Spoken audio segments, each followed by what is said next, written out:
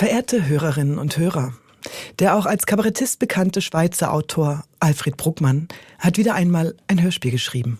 Ein Hörspiel, das nichts mit Kabarett und nichts mit Komik zu tun hat, sondern sich mit einem schwerwiegenden Problem der Gegenwart beschäftigt. Es heißt Die Entführung. Herzlich willkommen zum SF Krimi Podcast. Bei mir ist eine Frau, würde ich jetzt mal sagen, direkt aus den 70ern. Die war wahrscheinlich in irgendeinem Schrank wunderbar verstaut. Unten im Archiv hat man noch ein Bruderholzhaus gefunden. Dann beim Umzug was in irgendeiner Kiste liegen geblieben. Dann haben wir sie aufgemacht und hier steht sie vor mir. Susanne Jansson. Hallo, Wolfram. Es war zu befürchten, dass die vielen Archivgänge irgendwann einmal abfärben. Und wie im Hörspiel es ist, nicht in Form von Staub in der Kleidung oder Druckerschwärze an den Fingern, sondern an einem Ansageton in der Stimme. Ich würde mich kaufen in den 70ern. Leider ausgestorben, der Beruf der Ansagerin im Fernsehen vor allen Dingen. Im Radio sind wir es ja noch gewöhnt. Das stimmt. In Korea gibt es wirklich, das ist eine richtige Karriere, ja. Gibt immer wieder so Prüfungen, die man dann macht. Und wirklich so ein Berufsziel Ansager. Das ist nicht einfach Journalist, das ist wirklich was anderes. Und dann kannst du irgendwann vom Ansager zum Moderator werden, aber das ist eine andere... Natürlich, ganz andere Selbstwahrnehmung, genau. Selbstbild. Aber noch ein interessanter Weg, das ist wirklich einen anderen Weg, wie du dann zum Beispiel dort die koreanische Tagesschau moderierst. Ist nicht wie hier, wo du halt den journalistischen Weg einschlägst, sondern über gut und getragen und immer dem jeweiligen Thema angemessen sprichst, so wie du das gerade gemacht hast. Das war eine Ansage aus dem der Erscheinung dieses Hörspiels. Alle Angaben sind richtig. Ich finde nur, möchtest du es noch erweitern? Ein schwerwiegendes Problem der Gesellschaft. Es heißt, das ist ja auch so ein bisschen irreführend, Sie meinen natürlich das Hörspiel, nicht das Problem. Die Entführung, würdest du unseren Hörern und Hörerinnen noch etwas mitgeben? Eigentlich gern. Darf ich davon noch eine Anekdote raushauen? Natürlich. Ich muss da nur so dran denken. Als wir angefangen haben, gab es ja noch ältere Kollegen, mit denen wir gearbeitet haben. Ja. Und einer hat zu mir mal gesagt, ja, früher sei halt alles einfacher und hätte einfach sich so auf die Kunst konzentriert. Und zum Beispiel Moderation, ja, da hat man halt so auf so einen Zettel die 3 Namen draufgegeben und das dann weitergereicht und das hat dann gereicht. Und so wirkt das ehrlich gesagt da auch. Eben, es geht um ein schwerwiegendes Ereignis. Das finde ich jetzt so lustig, dass du das eigentlich sagst, weil das muss dann, also ich habe noch einen Schritt danach, hatte ich das Gefühl mitbekommen, wo man eigentlich versucht hat, sehr viel zu erklären zu dem, was bald zu hören sein wird, aber natürlich mit einer Wortwahl, die Elfenbein würden jetzt... Akademisch. Genau. Und wo dann irgendwann die Moderationen kamen und gesagt haben, hey, wenn es vorm Hörspiel vielleicht nicht länger ist als 2 Minuten, wäre schon gut. Besser, wenn es vor dem Hörspiel nicht länger als das Hörspiel ist. Wolfram, dann halte ich ran. Genau. Also die Gefahr laufen wir heute nicht. Es ist ein eher längeres Hörspiel. Spielt nicht in Echtzeit, gefühlt aber irgendwie dann doch, weil wirklich eine Entführung im Mittelpunkt steht. Und es ist tatsächlich ein Kammerspiel. Also wir sind bei dem Entführer und dem Entführten von Anfang bis Ende und hat da wirklich einen ganz eigenen Sog. Ja, Wolfgang Stender, Ingold Wildenauer, Altbekannte aus dem Krimi-Podcast und generell SRF-Hörspiel, bestreiten diese gut 70 Minuten. Intensiv. Und ist aus den 70er Jahren, das heißt, es ist nicht einfach irgendeine Entführung, wo es nur um Kohle geht, sondern Politik ist wichtig. Viel Vergnügen bei der Entführung. Viel Spaß. Dienstag, 13. April, vormittags 10:15 Uhr. Sie wollen Geld, nicht wahr? Irgendetwas müssen Sie doch wollen. Sie haben doch einen Plan. Wenn Sie mir doch wenigstens sagen würden... Reden Sie nicht. Ich möchte ja nur wissen, was das alles zu bedeuten hat. Ich werde in einem Taxi entführt, hierher in eine alte Villa. Eine Pistole im Genick. Sie fesseln mich mit einer Kette an eine Heizungsröhre. Begreifen Sie denn, ich muss wissen, warum Sie das tun. Verstehen Sie doch. Schweigen Sie oder ich schieße. Darf ich rauchen? Bitte. Ach, die Zigaretten sind in meiner rechten Rocktasche. Wenn Sie bitte so freundlich wären.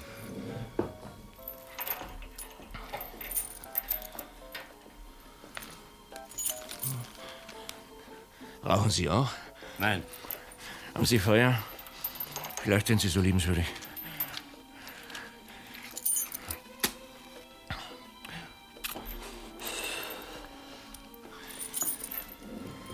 Im Grunde genommen haben Sie ja recht. Wieso? Dass Sie nicht rauchen. Rauchen ist ein Unsinn. Man tut's trotzdem. Wenigstens ich. Rauchen Sie nicht aus Prinzip oder weil es Ihnen keinen Spaß macht? Entschuldigen Sie, ich will nicht indiskret sein, aber ich bewundere jeden, der die Kraft hat und den Willen, das... Schweigen Sie oder ich schieße. Entschuldigen Sie. Ja. Ja. Nein, nichts Unvorhergesehenes. Alles gelaufen wie geplant. Ja. An die Heizung gefesselt. Genau nach Order. Lenny? Mit dem Wagen weg. Sofort nachher. Nein, noch nicht zurück. Ja. Der Transistor ist eingeschaltet. Ich warte. Alles klar. Sie gehören zu einer Organisation, nicht wahr? Das war nicht nur der Mann hinten im Wagen, das sind mehr. Ich meine... Nicht reden.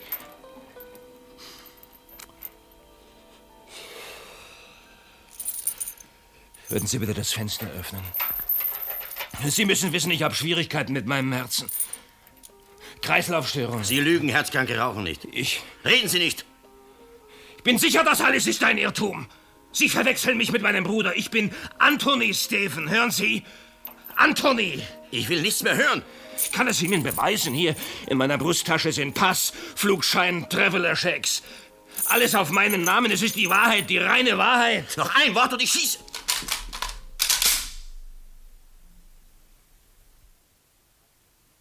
Dienstag, 13:59 Uhr.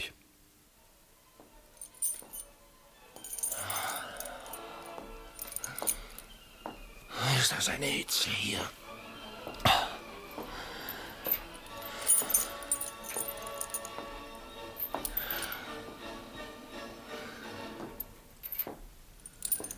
Liebe Hörerinnen und Hörer, wir beschlossen unser Mittagskonzert mit der Ouvertüre zur Operette Die Fledermaus von Johann Strauss.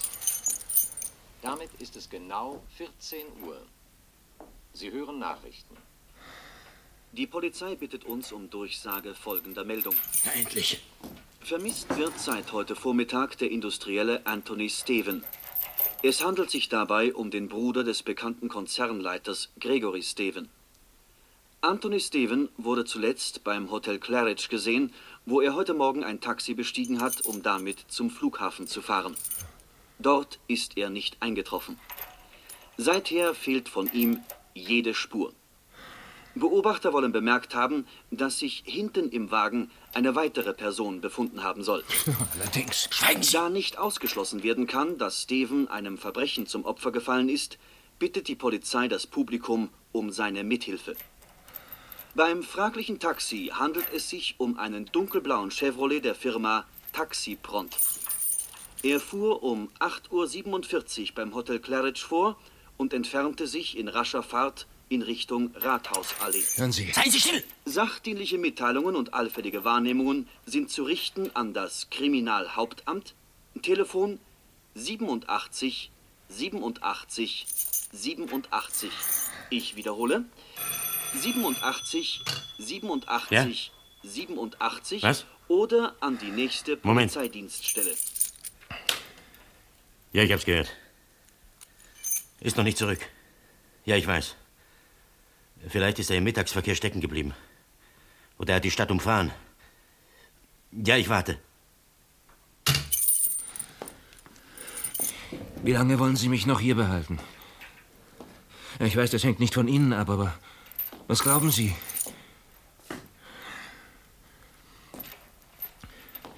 Darf ich meine Frau anrufen?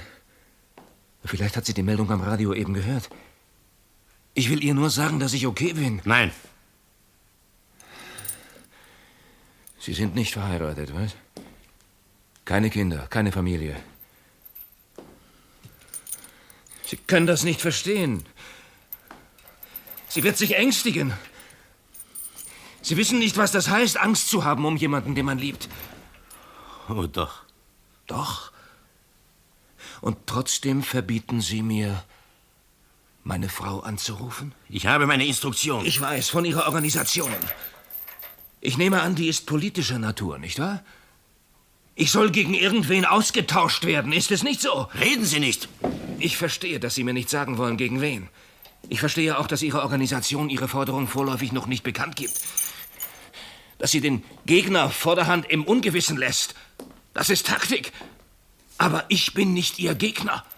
Ich bin Ihr Gefangener. Und ich hoffe, als solcher behandelt zu werden. Es kann doch nicht Ihr Zweck sein, mich zu quälen. Ich bin Ihr Pfand, aber nicht Ihr Opfer. Drum sagen Sie mir bitte wenigstens, ist die Sache politisch? Sie brauchen nur Ja oder Nein zu sagen. Nicht mehr. Damit schwächen Sie die Verhandlungsposition Ihrer Gruppe nicht. Und mir helfen Sie, die Situation etwas besser zu ertragen. Es ist lediglich eine Frage der Menschlichkeit. Hören Sie endlich auf zu reden. Es geht mir ja nur um die Bestätigung, es nicht mit Verbrechern zu tun zu haben. Sie sollen schweigen, sage ich. Nein, ich werde nicht schweigen, bevor Sie mir nicht wenigstens... Schweigen Sie oder ich schieße. Das werden Sie nicht tun. Sie haben Order, mich zu bewachen. Sie haben Order, nicht mit mir zu sprechen. Aber Sie haben keine Order, mich zu erschießen. Und darum werden Sie es auch nicht tun. Sie tun nichts ohne Order. Ist es nicht so? Ich weiß, dass es so ist. Sie sind ein Mann von Disziplin. Sie erfüllen Ihren Auftrag konsequent und vorbildlich korrekt. Ich bewundere das. Aber ich kann nicht glauben, dass es im Interesse Ihres Auftrages liegt, mich zu foltern. Das tue ich nicht. Ungewissheit ist eine Folter. Verstehen Sie denn nicht? Doch. Das verstehe ich. Aber ich kann es nicht ändern.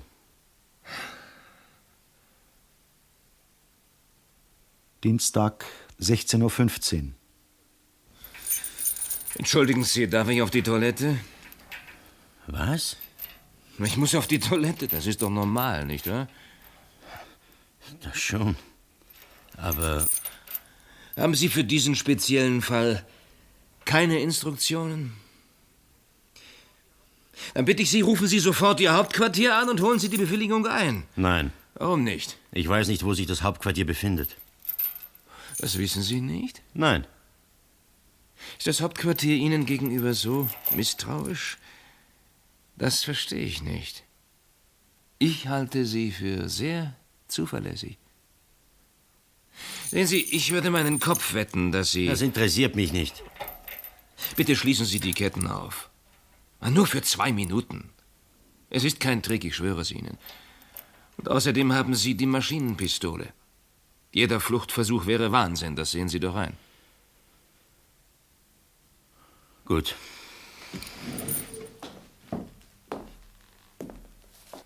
Aber bei der geringsten falschen Bewegung schieße ich. Darauf können Sie sich verlassen. Danke.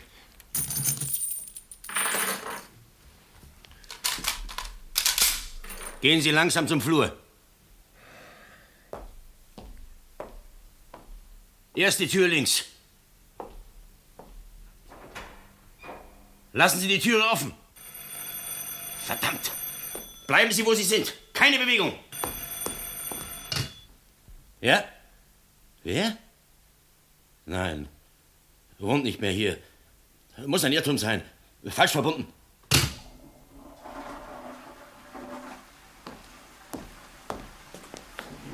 Kommen Sie raus. Und halten Sie die Hände über dem Kopf zusammen.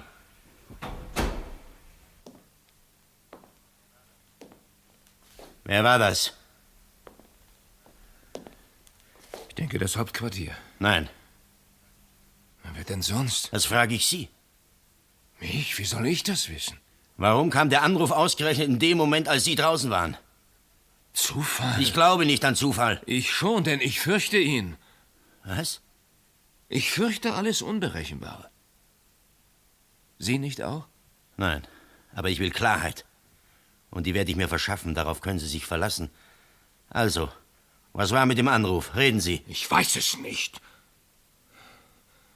War es ein Mann oder eine Frau? Eine Frau. Was wollte sie? Sie hat mich nach dem Besitzer der Villa gefragt. Nach dem Besitzer dieser Villa? Ich nehme an, der gehört nicht zu Ihrer Organisation. Nein. Ist er verreist? Ja.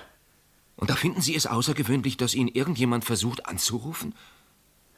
Ich weiß nicht. Oder halten Sie es für möglich, dass Ihre eigene Organisation Sie mit fingierten Telefonanrufen prüfen will? Prüfen? Mich? Wer ist der Besitzer dieser Villa? Und wo sind wir hier? Sie haben mir keine Fragen zu stellen. Ich versuche ja nur, Ihnen zu helfen. Ich will, dass es keine Komplikationen gibt. Wenn alles reibungslos abläuft, besteht doch für mein Leben keine Gefahr. Das darf ich doch annehmen, nicht wahr? Ja, das können Sie. Also haben wir beide logischerweise gemeinsam nur ein Interesse. Dass alles nach Plan verläuft, dass nichts dazwischenkommt. Das müssen Sie doch einsehen. Nichts sehe ich ein, gar nichts. Ihre Interessen können nie die unseren sein. Aber es ist doch eine reine Frage der Vernunft. Sie wollen sich rausreden, das ist alles, aber da sind Sie bei mir falsch. Gut. Ich verstehe, dass Sie mir misstrauen. In Ihren Augen bin ich Ihr Gegner. Sie haben das Gefühl, ich will Sie reinlegen, auch wenn es gegen jede Vernunft wäre. Wenn es Sie beruhigt, dann fesseln Sie mich in Gottes Namen wieder. Aber ich sage Ihnen, es ist nicht nötig. Ich gebe Ihnen mein Ehrenwort. Setzen Sie sich hin und reden Sie nicht mehr. Sie gehen mir auf die Nerven.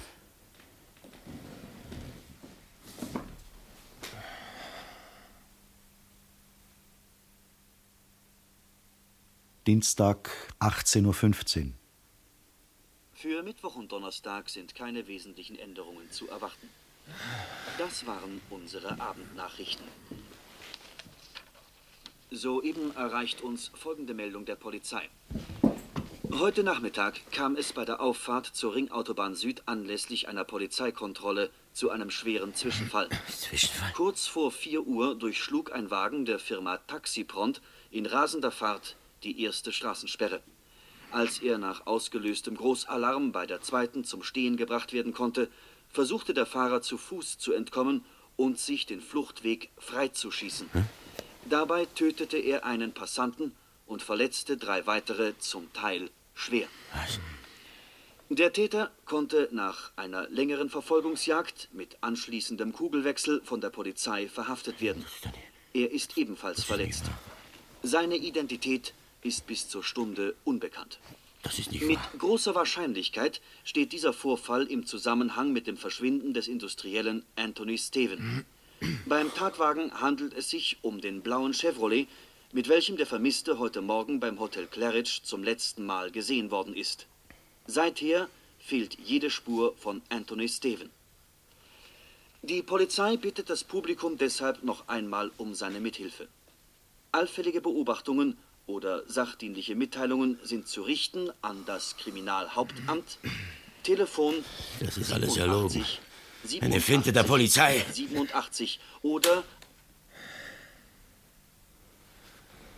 Das ist doch alles Bluff. Die wollen uns damit nur unsicher machen. Ich fürchte, nein. Er hätte sich nie von der Polizei schnappen lassen. Und er hätte nie auf wehrlose Menschen geschossen. Sie sprechen von dem Mann, der heute früh hinter mir im Wagen saß? Ja.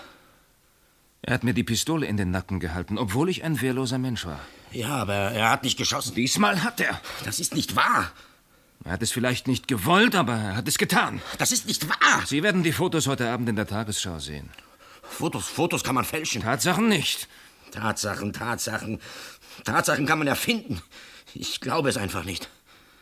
Es ist unmöglich. Unmöglich? Das würde ich nicht sagen. Ach. Wissen Sie, wenn einer mit einer geladenen Pistole herumhantiert, riskiert er immer, dass er zum Mörder wird. Lenny ist kein Mörder.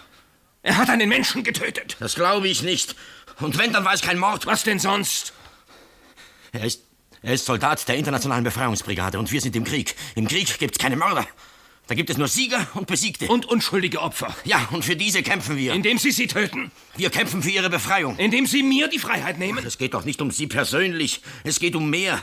Um mehr? Ja, um Ihren Konzern und seine Scheißpolitik. Und die wollen Sie ändern. Wir werden sie ändern. Dafür ist uns kein Opfer zu groß. Ja? Ja, Bruno. Ja, ich hab's gehört. Was ist mit Lenny? Ja, Steven ist da. Natürlich werde ich ihn weiter bewachen. Aber was ist mit Lenny? Was heißt, das ist nicht der rechte Moment, Fragen zu stellen? Schließlich ist es mein Bruder. Ja. Ja, ich bleibe auf dem Posten. Nein, ich werde nichts unternehmen ohne ausdrücklichen Befehl. Gut, ich warte. Der Mann hinten im Wagen war Ihr Bruder. Ja. Das hab ich nicht gewusst. Das geht Sie auch nichts an. Sie sollten etwas essen. Ich habe keinen Hunger.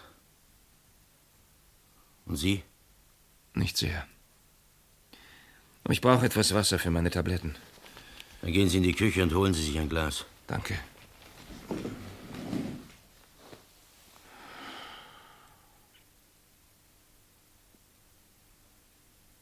Dienstag, 23:10 Uhr. Sie heißen Bruno, nicht wahr? Es tut nichts zur Sache. Bruno, Sie sollten wirklich etwas essen, sonst halten Sie das nicht durch. Glauben Sie, dass die Bilder im Fernsehen echt waren? Ja. Und dass der Mann, der erschossen worden ist, eine Frau und 3 Kinder hatte? Ja. Aber das können Sie nicht ändern. Irgendetwas stimmt da nicht. Und was? Lenny fuhr hier um 10 Uhr weg. Um 4 Uhr nachmittags ist es passiert.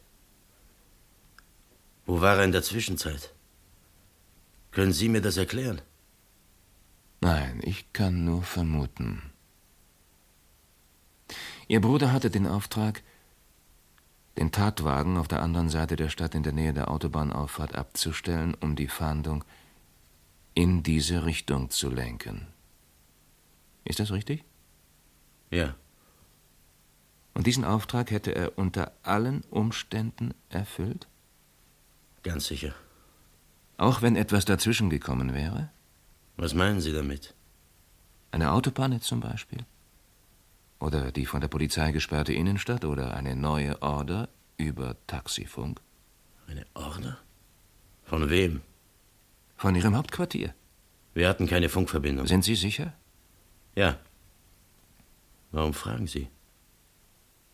Halten Sie es für ganz ausgeschlossen, dass Ihre Organisation Ihren Bruder nach getaner Arbeit, sagen wir einmal, loswerden wollte?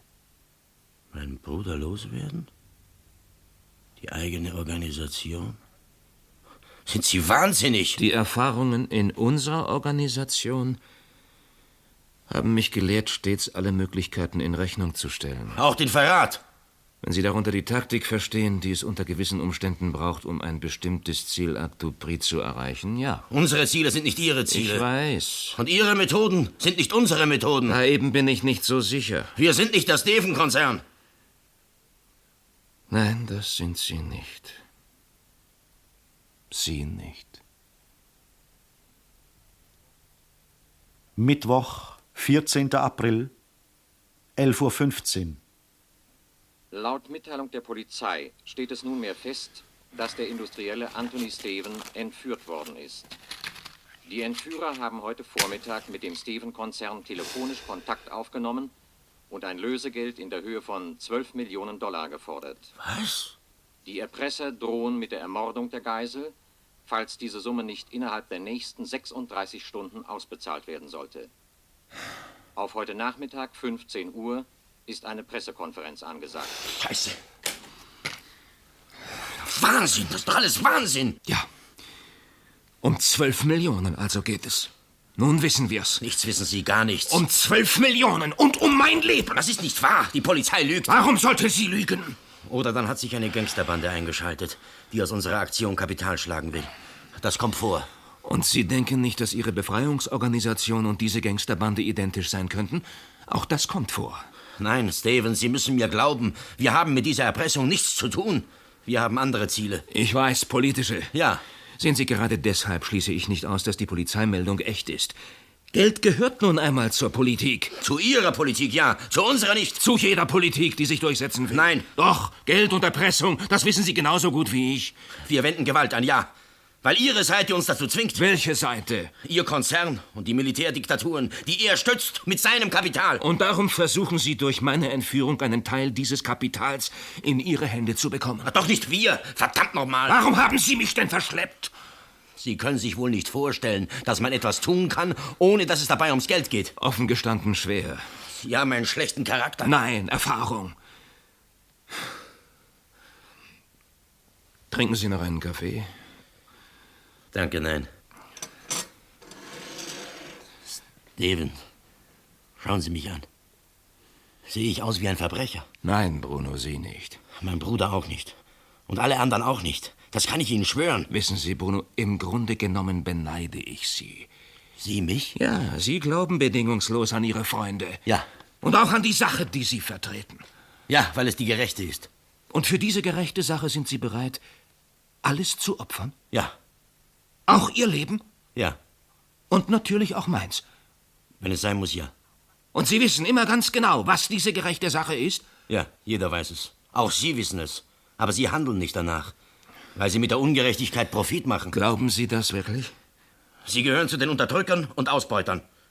Wollen Sie das bestreiten? Sie meinen, ich gehöre zum Steven-Konzern? Ja. Genauso wie Sie zu Ihrer Organisation. Ja, was wollen Sie damit sagen? Gesetzt den Fall, Ihre Organisation stünde hinter dieser Gelderpressung. Wir haben nichts damit zu tun, verdammt nochmal. Ich sage nur, gesetzt den Fall. Würden Sie die Haltung Ihrer Organisation auch dann billigen? Ich weiß nicht. Das ist eine völlig idiotische Frage. Würden Sie sie billigen, ja oder nein? Ich denke, nein. Eben. Und Sie glauben, dass ich alle Entscheidungen meiner Organisation billige? Ich nehme an, wenn Sie nicht einverstanden wären, könnten Sie es ja ändern. Ich fürchte, Sie überschätzen mich und meinen Einfluss. Sie sind doch einer von den Bossen. Nein, ich bin unkündbar, weil ich Steven heiße. Das ist alles. Glauben Sie, dass Ihr Konzern diese Gelderpressung ernst nehmen wird? Sicher. Und dass er zahlen wird? Kaum. Obwohl er annehmen muss, dass er dadurch Ihr Leben aufs Spiel setzt. Ja? Aber Gregory Steven ist doch Ihr Bruder. Darum geht es nicht. Ja, um was denn sonst? Ums Prinzip. Um welches Prinzip? Ja, das eben ist die Frage. Man wird eine Generalstabssitzung einberufen. Man wird alles einkalkulieren.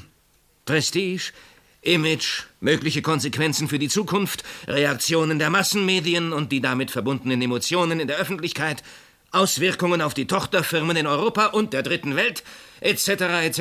Alles, was lebenswichtig ist für die Firma. Wie der Entscheid auch immer ausfallen mag.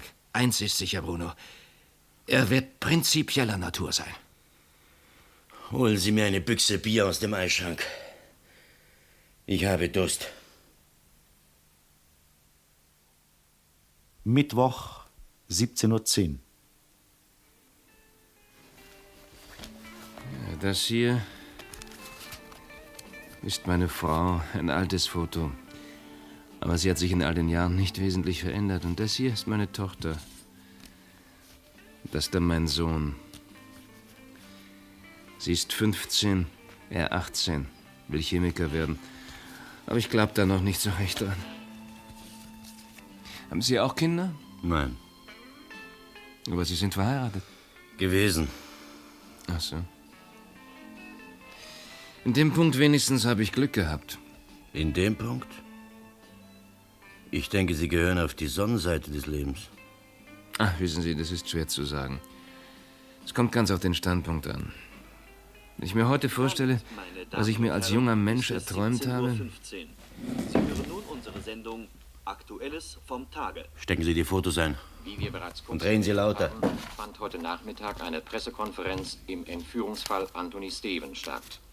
Dann ergriff Dr. Gregory Steven, der Bruder des Entführten, im Namen des Steven-Konzerns das Wort und erklärte: Es liegt mir sehr daran, hier in aller Deutlichkeit zu erklären, dass sich unser Konzern unter gar keinen Umständen auf irgendwelche Verhandlungen mit den Verbrechern einlassen wird. Scheiße. Wir fordern die Geiselnehmer in aller Öffentlichkeit auf, ihr völlig sinnloses Unternehmen abzubrechen und Anthony Steven unverzüglich freizulassen.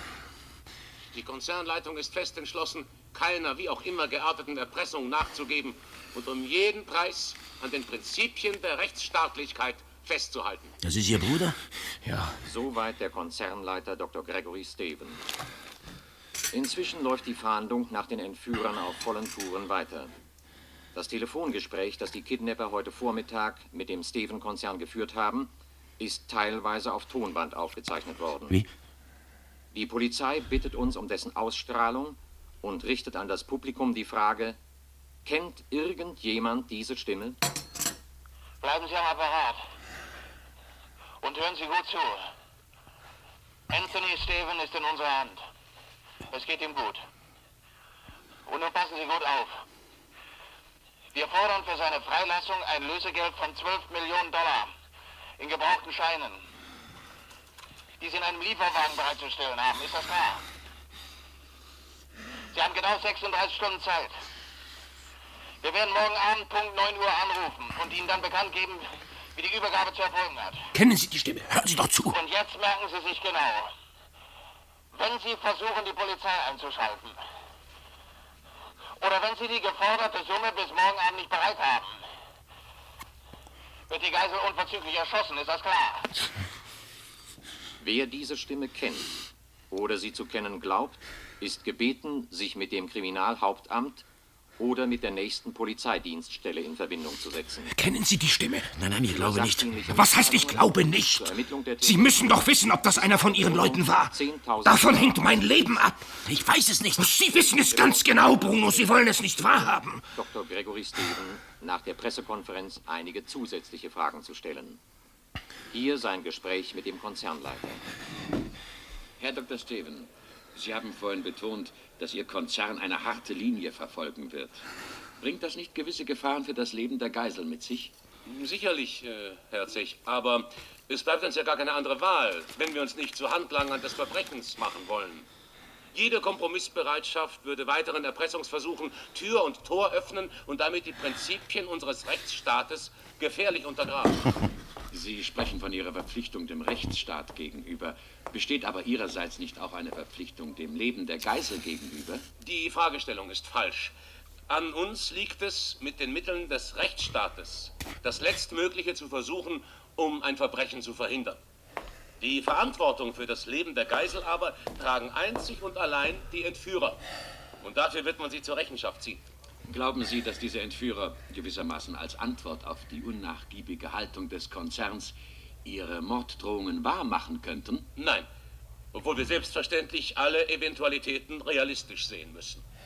Herr Dr. Steven, wie groß schätzen Sie die Chance ein, dass Ihre Taktik zu einem guten Ende führen wird? Ich schätze die Chance als gut ein, Herr Zech, denn erstens rechne ich mit der Vernunft der Entführer und zweitens mit der Tüchtigkeit unserer Polizei.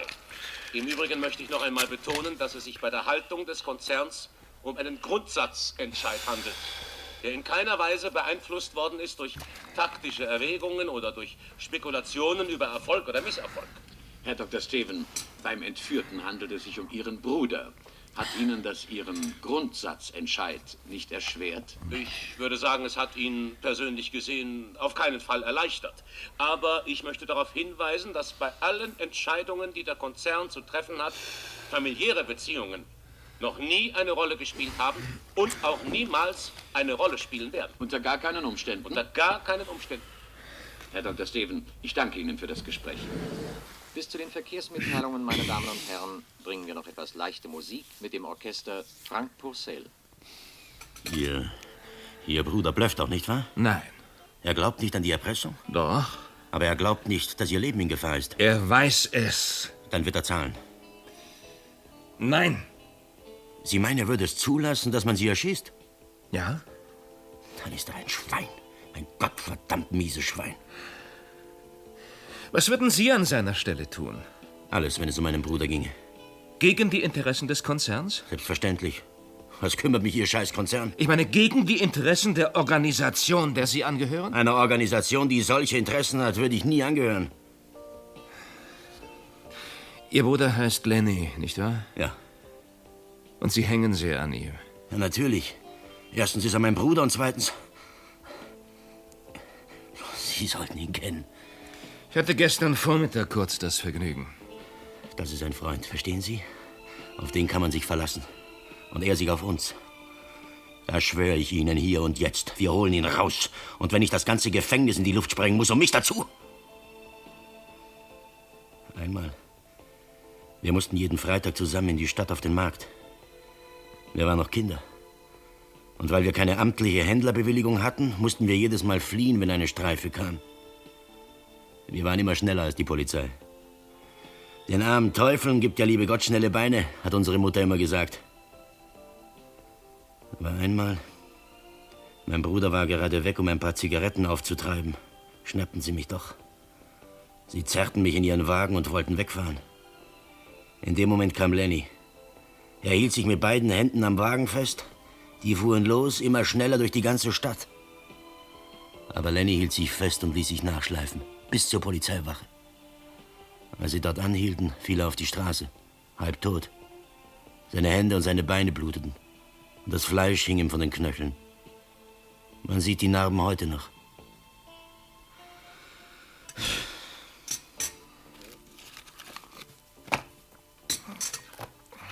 Verehrte Hörer, wir wurden wiederholt gebeten, das Band mit der Stimme des Entführers von Anthony Steven noch einmal abzuspielen. Wir kommen diesem Wunsch gerne nach und fragen wiederum, wer kennt diese Stimme? Hören Sie hin, Bruno. Kennen Sie die Stimme? Es ist wichtig für uns. Wir müssen wissen, woran wir sind. Abstellen. Ach, Sie müssen hinhören, Bruno. Sie müssen. Abstellen, habe ich gesagt. Ich kann das nicht mehr hören. Sie kennen die Stimme, nicht wahr? Ich weiß es nicht. Ja. Ja, alles in Ordnung. Natürlich passe ich auf. Aber was ist mit dieser Geldforderung? Wer steckt dahinter? Ich frage, ob ihr wisst, wer dahinter steckt. War das am Radio die Stimme von Pitt? Ja oder nein? Nein, ich drehe nicht durch. Aber ich habe ein Recht darauf zu wissen, was gespielt wird. Und was ist mit Lenny? Habt ihr... Ja. Ja, Moment. Sie wollen mit Ihnen reden. Mit mir? Warum? Ich weiß nicht. Hier. Steven? Ja, ich höre. Bruno, haben Sie Papier und Bleistift? Papier? Ja, sofort. Auf dem Pult. Sind Sie noch da? Gut, ich werde schreiben, was Sie wünschen. Ja, handschriftlich, selbstverständlich. Hier. Ja, ich bin bereit. Sie können diktieren. Ich bin in der Hand einer Untergrundorganisation und werde gut behandelt. Dennoch besteht kein Zweifel, dass mein Leben in Gefahr ist. Ich bitte Sie also dringend, auf sämtliche Forderungen der Entführer einzugehen. Ich weiß, dass Sie andernfalls Ihre Drohung wahr machen und mich töten würden. Ich mache die Konzernleitung für alles, was in den nächsten 24 Stunden geschieht, voll verantwortlich und lege mein Leben in Ihre Hand. Unterschrift.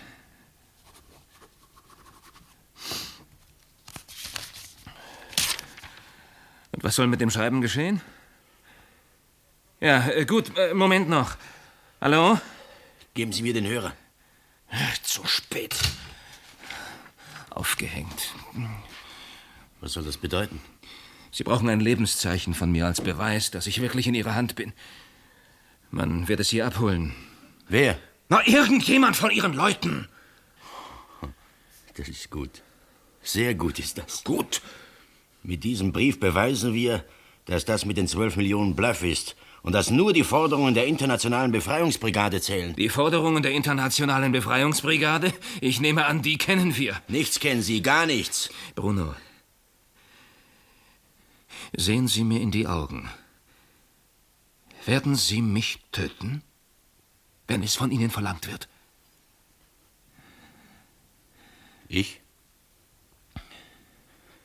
Ich bin sicher, dass es nicht so weit kommen wird. Warum? Ich weiß es. Ihre Leute werden einlenken. Das werden Sie nicht. Wir werden verhandeln. Der Konzern verhandelt nicht. Nein, wenn es ums Geld geht, nicht. Aber wir wollen ja kein Geld. Was wollen Sie denn? Die Welt auf die Unterdrückungspolitik Ihres Konzerns aufmerksam machen. Das ist das Erste. Die Welt soll wissen, was für Geschäfte Sie betreiben und auf Kosten von wem. Wenn ich Sie recht verstehe, meinen Sie damit unsere Beziehungen zu gewissen lateinamerikanischen Staaten? Ja, und zu afrikanischen. Glauben Sie mir, Bruno, Sie und Ihre Leute überschätzen die Bedeutung dieser Handelsbeziehungen.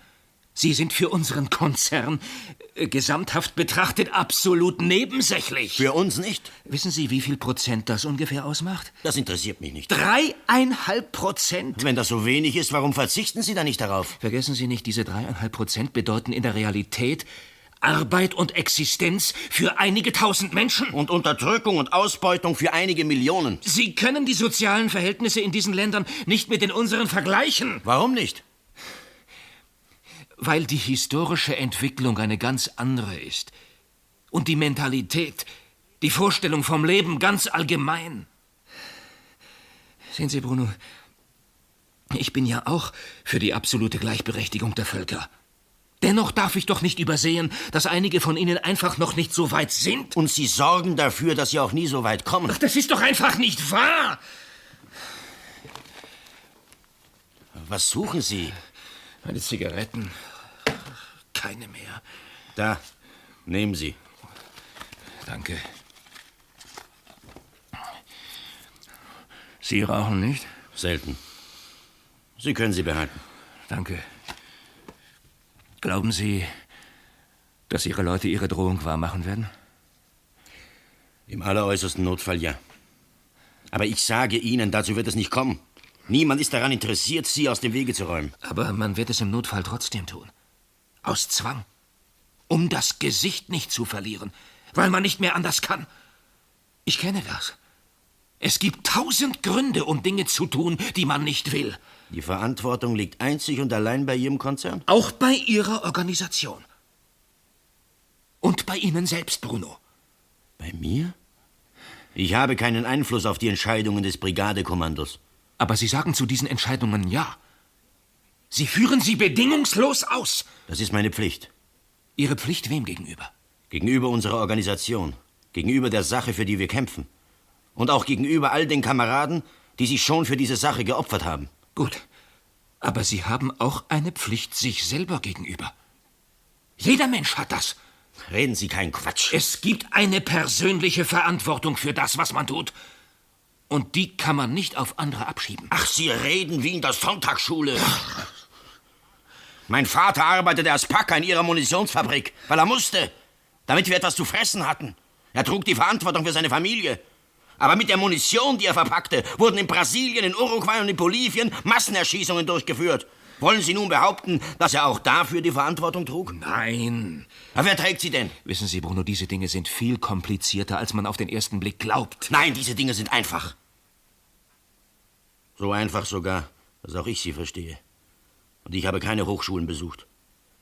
Sie unterstützen Militärdiktaturen. Und warum? Weil sie ihre politischen Ziele teilen? Nein. Warum denn? Weil sie in der Regel allein in der Lage sind, uns in diesen Ländern eine gewisse Stabilität zu garantieren. Und warum können sie das? Weil sie Armeen haben, die ihnen blind gehorchen. Da gilt als oberste Soldatenpflicht, Befehl ist Befehl. Und von persönlicher Verantwortung sich selber gegenüber ist hier nicht die Rede. Warum hier nicht? Verstehen Sie, Bruno, das sind reguläre Truppen. Gedungene Mörder sind es.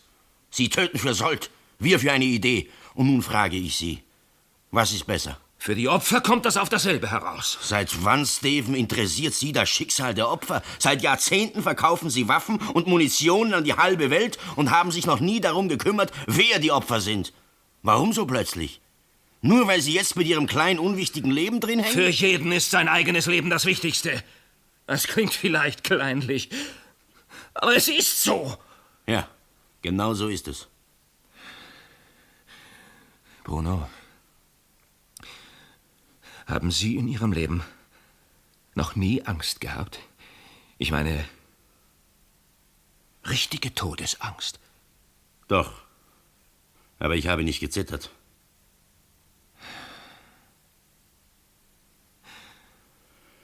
Kommen Sie. Ich gebe Ihnen Feuer.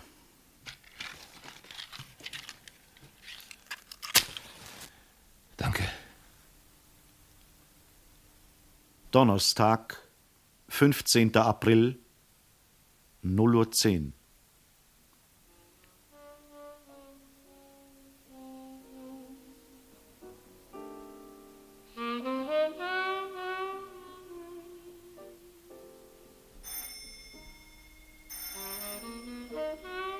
Was ist das? Die Hausglocke. Wie spät ist es? Mitternacht vorbei. Gehen Sie vom Fenster weg und machen Sie das Radio aus. Wenn das die Polizei ist, fliegt das Haus in die Luft. Bruno, machen Sie keinen Unsinn. Das sind Ihre Leute, die meinen Brief abholen wollen. Bleiben Sie stehen, wo Sie sind. Und versuchen Sie nicht zu fliehen. Bei der geringsten Bewegung schieße ich, ohne Warnung. Fesseln Sie mich doch wieder an die Heizungsröhre, damit Sie sicher sind. Wenn Sie den geringsten Laut von sich geben, sind Sie ein toter Mann. Haben Sie mich verstanden? Ja, natürlich. Gut.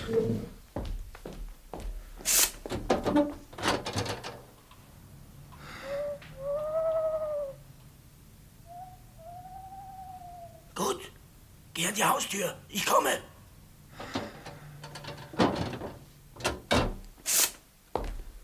Wo ist der Brief? Dort auf dem Tisch.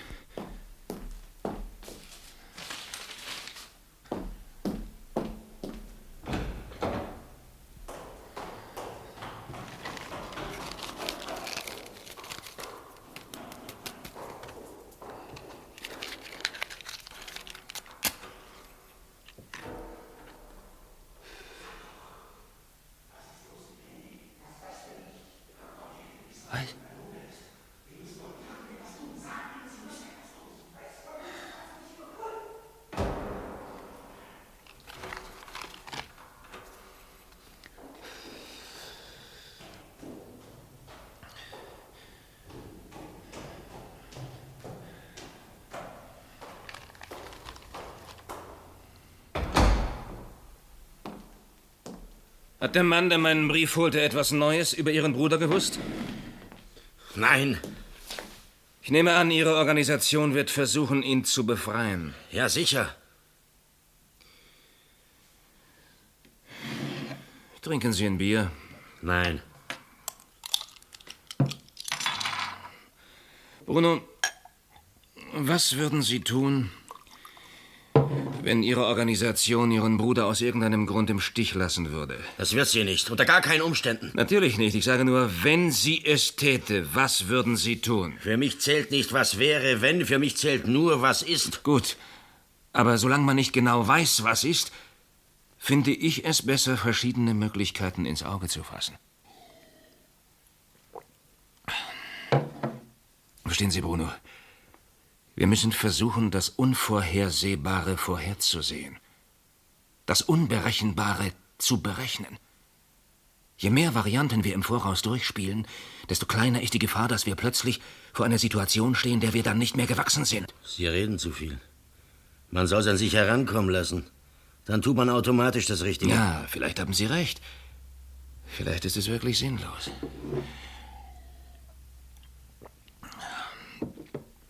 Bruno, haben Sie schon einmal einen Einbruch begangen? Ein Einbruch? Ich habe es getan. Sie?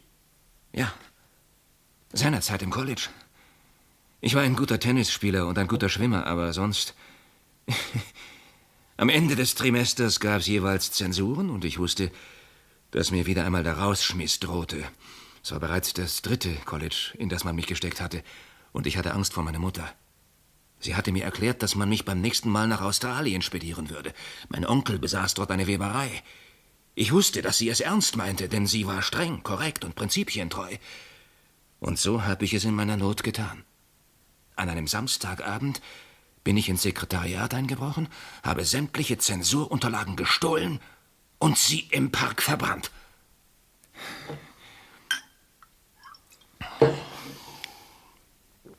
Sie können sich vorstellen, wie die Sache weiterging. Es kam zu einem Verhör.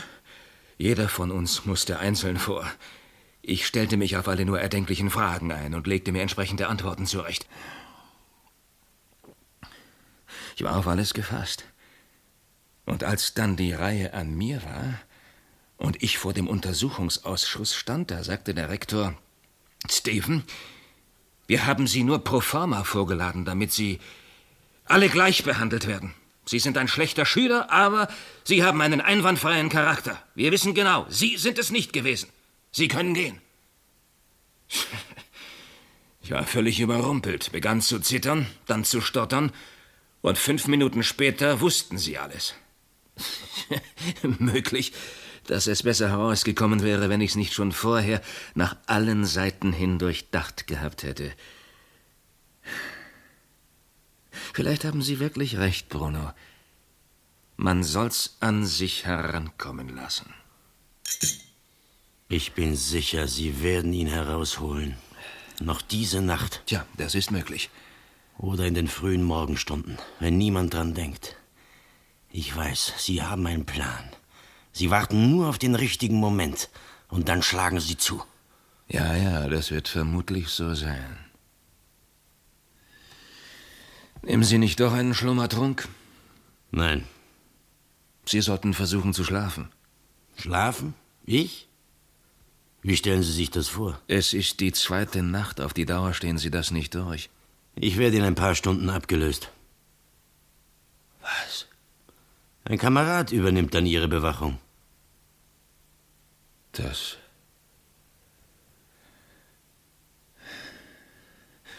tut mir leid.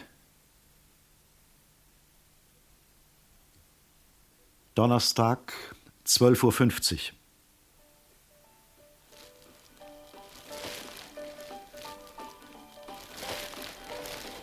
Was machen Sie da?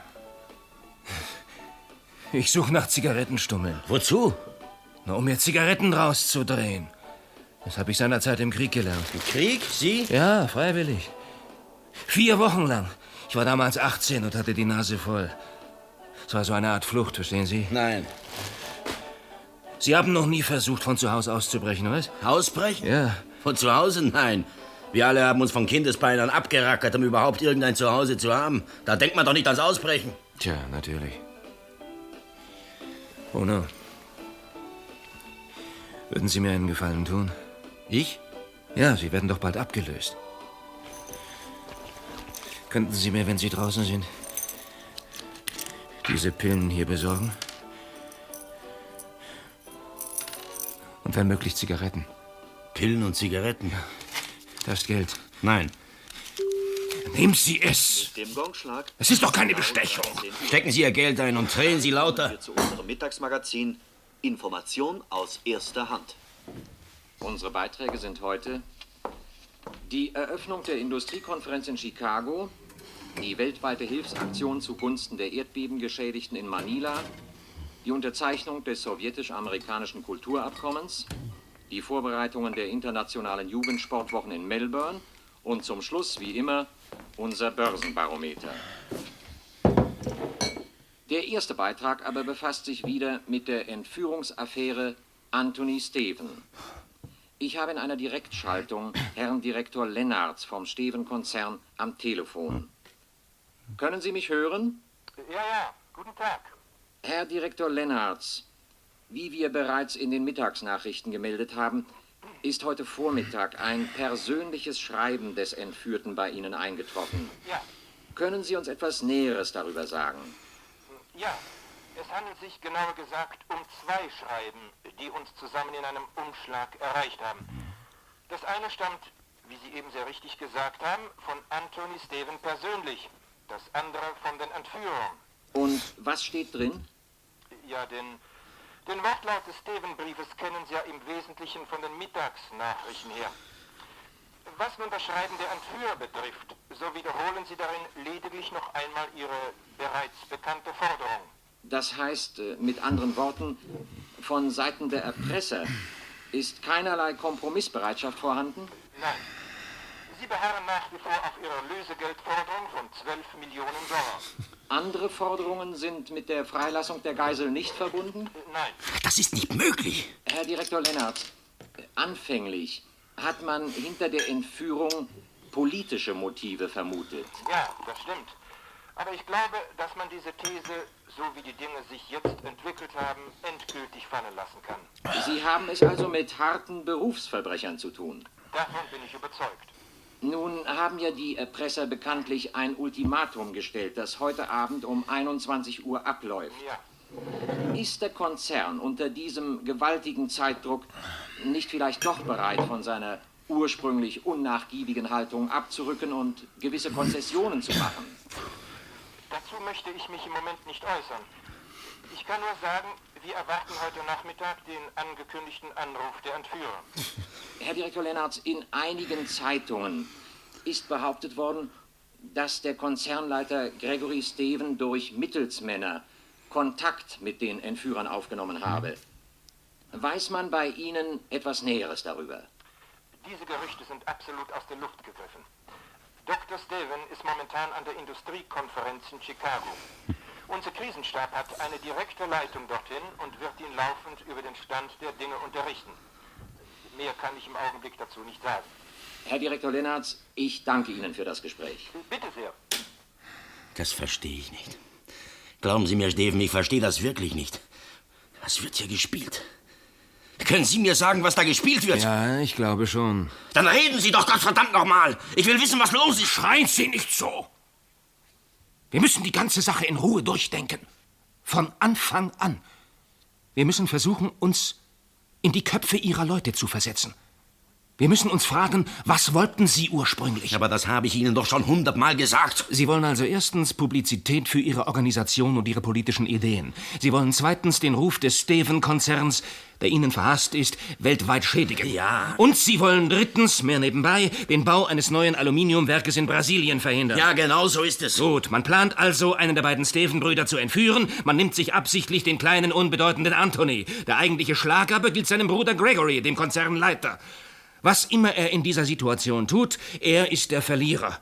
Gibt er dem Druck der Entführer nach, so zeigt er damit nicht nur seine Ohnmacht, er desavouiert obendrein auch die Praktiken seines Konzerns. Bleibt er aber hart, wird er zum Unmenschen, der aus Geschäftsraison seinen eigenen Bruder opfert. Das ist das wahre Gesicht des Kapitalismus, wird man sich sagen. So oder so, die Sympathien der Massen sind niemals auf Seiten des Großindustriellen, sondern auf Seiten der kleinen Gruppe, die es wagt, dem gigantischen Weltkonzern den Kampf anzusagen. Und auf die Sympathie der Massen kommt es doch in erster Linie an. Ist es nicht so? Ja. Gut, am Anfang verläuft alles reibungslos, die Entführung klappt wie vorgesehen, die ersten alarmierenden Meldungen gehen über Radio und Fernsehen und machen Schlagzeilen. Nun gilt es nur noch abzuwarten, bis Publizität und Spannung den Höhepunkt erreicht haben und dann offiziell die Verantwortung für die Aktion zu übernehmen. Und wenige Stunden später wird die ganze Welt wissen, dass es eine internationale Befreiungsbrigade gibt, die für die Rechte der Ausgebeuteten und Unterdrückten kämpft. So war doch der Plan, nicht wahr? Ja, genau so. Nun aber passiert bei der Autobahnauffahrt die Sache mit Lenny. 3 unschuldige Menschen werden verletzt, ein Arbeiter, Vater von 3 Kindern, getötet. Die Öffentlichkeit, deren Sympathien man gewinnen wollte, ist empört und verabscheut diesen Mord. Nein, es war Zufall, Notwehr. Für die Öffentlichkeit ist es Mord. Ein besonders niederträchtiger Mord sogar, mit dem sich die Befreiungsbrigade auf keinen Fall belasten darf. Somit steht fest, Lenny muss man fallen lassen. Lenny fallen lassen? Das können Sie doch nicht. Was er getan hat, das hat er für uns getan. Die internationale Befreiungsbrigade muss aus dem Spiel bleiben. Um jeden Preis. Wie aber soll die Sache weitergehen? Das Kommando sagt sich, wir haben 2 Möglichkeiten. Wir können die ganze Operation abblasen, die Geisel freilassen und untertauchen, oder aber wir geben der Sache eine andere Wendung. Wir lassen die politischen Ziele fallen und fordern stattdessen eine Lösegeldsumme. Zum Beispiel $12 Millionen. Welche dieser beiden Möglichkeiten sollten wir wählen? Das fragen Sie mich? Ich bin für die zweite, denn damit erreichen wir 3 Dinge. Erstens halten wir den Steven-Konzern weiter unter Druck. Zweitens beschaffen wir uns Geld zur Finanzierung unserer Organisation. Und drittens, schließlich, lenken wir jeden Verdacht von uns ab und machen die Bevölkerung glauben, hinter der unpopulären Aktion stehe eine Bande von Berufsverbrechern. Wir müssen das Ganze nur hart und konsequent bis zum Ende durchspielen. Dabei dürfen wir keinerlei Risiken eingehen. Ein Risiko zum Beispiel ist Bruno, der Bewacher. Ich ein Risiko? Was soll das heißen? Die Sache mit seinem Bruder macht ihm zu schaffen. Außerdem wird er die neuen Motive nicht verstehen und unsere Entscheidungen nicht billigen. Wir müssen ihn durch einen zuverlässigen Mann ersetzen, denn er wird sich möglicherweise weigern, Steven unter diesen Umständen zu töten. Sagen Sie mal, was sagen Sie da? Und Steven muss getötet werden, gleichgültig, ob der Konzern zahlt oder nicht. Sind Sie wahnsinnig? Er wäre das größte Risiko, wenn er frei würde. Das wäre Mord! Ja, Mord. Aber die Öffentlichkeit wird diesen Mord dem unnachgiebigen Dr. Steven anlasten und nicht den Tätern, die niemand kennt. Außerdem beweisen wir damit, dass der Staat und seine Regierung nicht in der Lage sind, Ruhe und Ordnung zu gewährleisten und den Bürger zu schützen. Und Ruhe und Ordnung sind das Einzige, was diesen Staat und seine Regierung in der Öffentlichkeit legitimiert.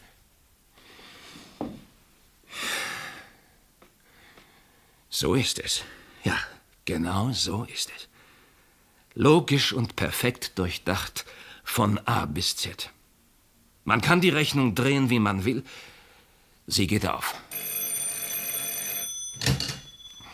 Ja? Ja, Bruno. Was? Ja, verstanden. Das Hauptquartier wird verlegt. Die Ablösung kommt erst am Abend. Aber ich brauche doch keine Ablösung. Ihr könnt euch doch 100%ig auf mich verlassen. Was immer auch geschieht. Ja. Ja, verstanden. Die Sprengladungen anbringen und zünden, falls die Polizei das Haus angreift. Natürlich werde ich es tun. Ich habe meinen Eid geleistet und den werde ich halten bis zum letzten. Ja, ich höre. Hallo? Was ist das? Hallo? Pitt? Wer ist am Apparat? Was ist los? Ich weiß nicht. Sie müssen doch wissen, wer am Apparat war.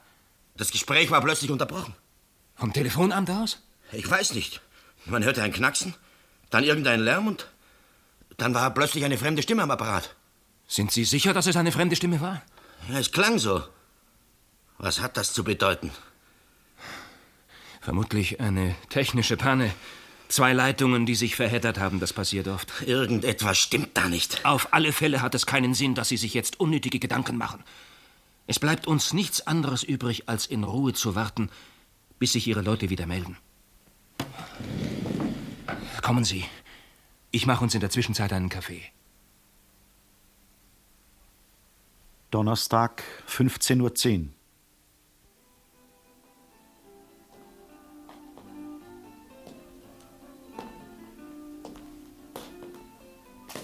Liebe Hörerinnen und Hörer, soeben erreicht uns eine sensationelle Meldung. Kommen Sie, Steven, eine Nachricht!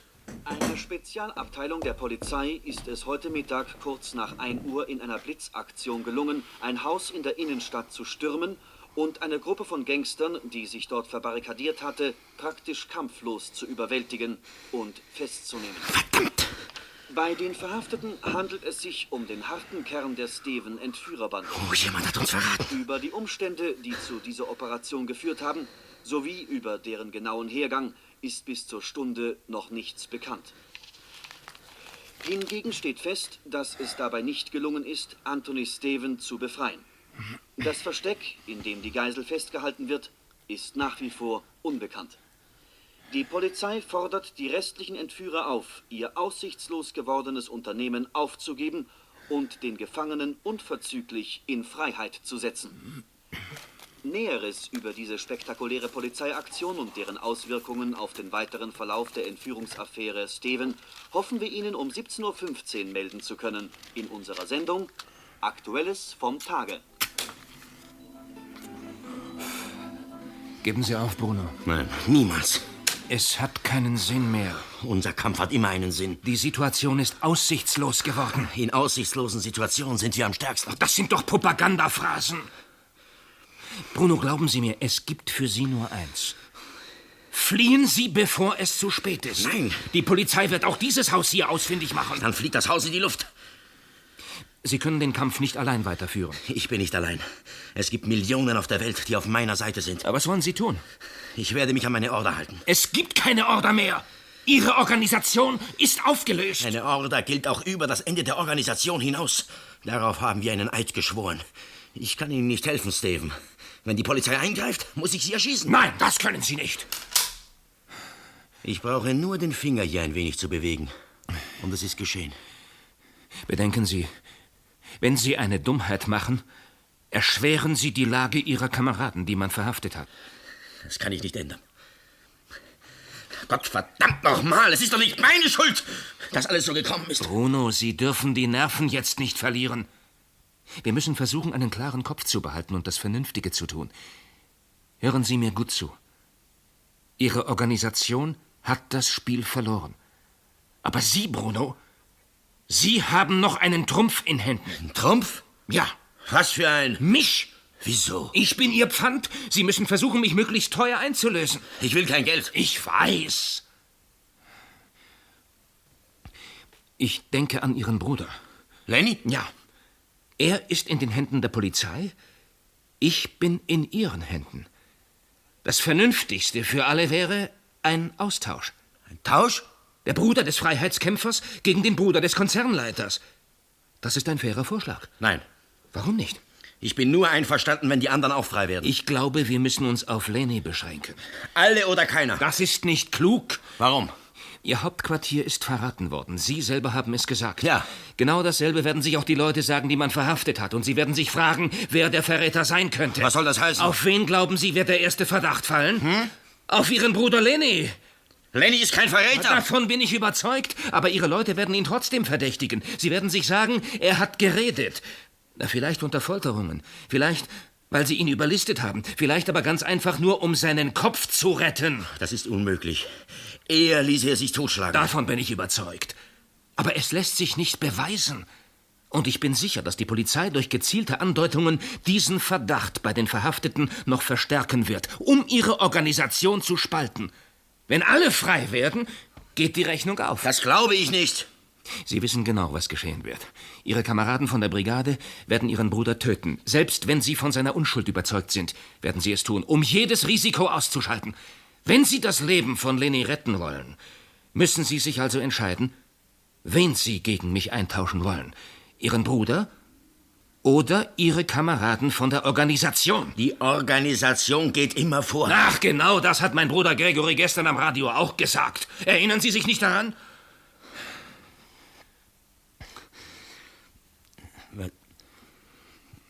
Was soll ich tun? Ich würde mich für Ihren Bruder entscheiden. Wenn Sie mit sich ehrlich sind, Bruno, können Sie gar nicht anders. Gut. Dann werde ich jetzt mit der Polizei verhandeln. Sind Sie einverstanden? Ja.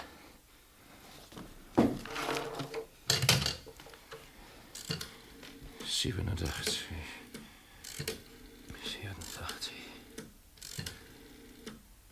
87. Ja, hier spricht Anthony Steven. Ja, Sie haben recht gehört. Anthony Steven. Bitte geben Sie mir den Polizeichef an den Apparat. Donnerstag, 16:25 Uhr. Warum verlangt die Polizei diese Bedenkzeit? Das ist normal. Sie glauben nicht, dass da irgendeine Finte dahinter steckt? Nein. Wenn Sie auf unsere Forderungen eingehen, haben wir das Spiel gewonnen. Wir müssen nur den Fluchtplan ganz genau einhalten. Ihre Karte hier ist zwar etwas ungenau, aber es geht zur Not. Lenny kennt sich aus. Er ist Lastwagenchauffeur. Gut. Wir fahren von hier aus zu dritt quer durch die City zur Autobahnauffahrt Süd, umkreisen dann die Stadt und nehmen diese Nebenstraße hier nach Westen. In dem Wald biegen wir in diesen Seitenweg ab und warten. Sehen Sie, hier. Ja. Wenn wir sicher sind, dass uns die Polizei tatsächlich nicht folgt, setzen Sie mich ab und fahren mit Ihrem Bruder allein weiter. Ist das klar? Ja. Und nach 5 Kilometern zweigt hier rechts eine kleine Straße ab. Die ist nicht eingezeichnet, aber Sie können sie nicht verpassen. Sie fahren immer geradeaus und nach etwa 10 Kilometern sind Sie bei meinem Weekendhaus. Sie erkennen es an der breiten Einfahrt. So. In der Garage, hinter dem Haus, finden Sie einen kleinen Kastenwagen mit 3 gefüllten Benzinkanistern und im Keller und in der Küche Konserven. Wenn Sie wollen, können Sie dort für die ersten paar Tage untertauchen. Bis zum übernächsten Wochenende sind Sie sicher. Wer garantiert das? Ach, wenn Sie mir nicht trauen, nehmen Sie mich bis zum Haus mit und setzen mich nachher ab. Oder wechseln den Fluchtwagen sofort und verschwinden, wie Sie wollen. Lenny wird das entscheiden. Gut. Also hier sind die Schlüssel. Der ist für das Haus, der für die Garage und der für den Wagen. Warum tun Sie das? Weil ich will, dass alles reibungslos abläuft.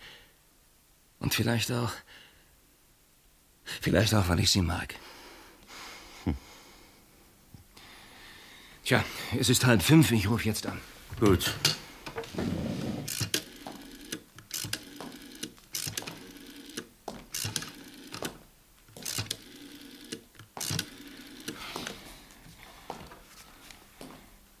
Hier ist Anthony Steven.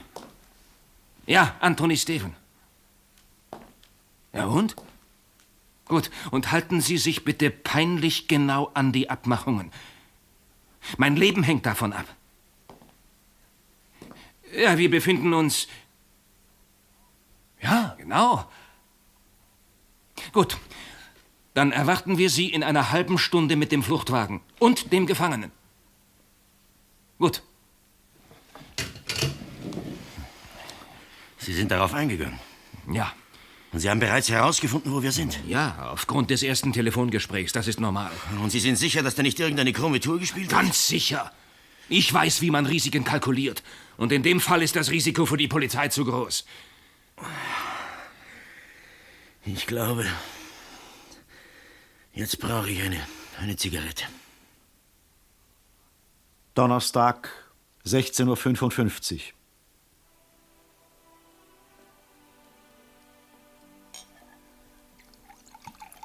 Bruno, ich wünsche Ihnen viel Glück. Ich Ihnen auch. Es ist seltsam. Was? Ich bin froh, wenn hier alles vorüber ist. Und dennoch tut es mir leid, dass unsere Wege auseinandergehen und wir uns im Leben voraussichtlich nie mehr begegnen werden. Ja, schade, dass Sie auf der falschen Seite stehen.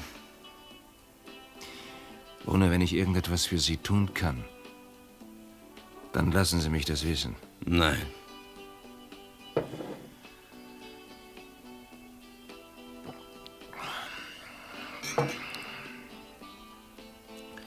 Als ich 16 war, wollte ich Sportlehrer werden. Oder Autorennfahrer. Und Sie? Ich konnte mir meinen Beruf nicht aussuchen. Ich auch nicht. Jugendträume sind eine Sache und die Realitäten des Lebens eine andere. Haben Sie nie Jugendträume gehabt? Nein. Nie den Drang nach etwas, das weit in die Zukunft weist? Ich wäre gern zur See gefahren. Zur See? Ja. Ja, das wollte ich auch einmal. Und? Mein Vater starb, als ich 13 war. Und ich hatte 4 jüngere Geschwister. Die Polizei! Ja, sie kommen. Da, sehen Sie! Ja.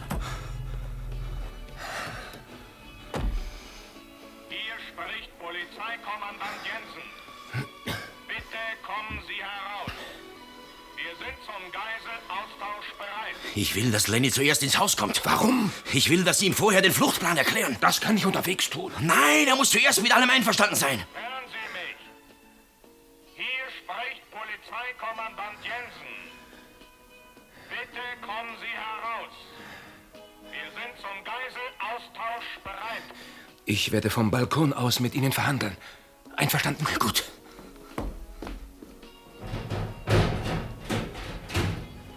Herr Kommandant Jensen! Ja, Dr. Steven. Sind Sie es? Ja! Wir sind soweit. Wo ist der Fluchtwagen? Dort drüben bei der Einfahrt. Und wo ist der Gefangene? Im Wagen. Fahren Sie vor die Haustüre und lassen Sie den Gefangenen ins Haus treten. Wozu das? Tun Sie, was ich Ihnen sage. Das ist in unserer Abmachung nicht vorgesehen. Sie sollen genau tun, was ich Ihnen sage, Herr Kommandant. Sie wissen, was auf dem Spiel steht. Gut. Vorfahren.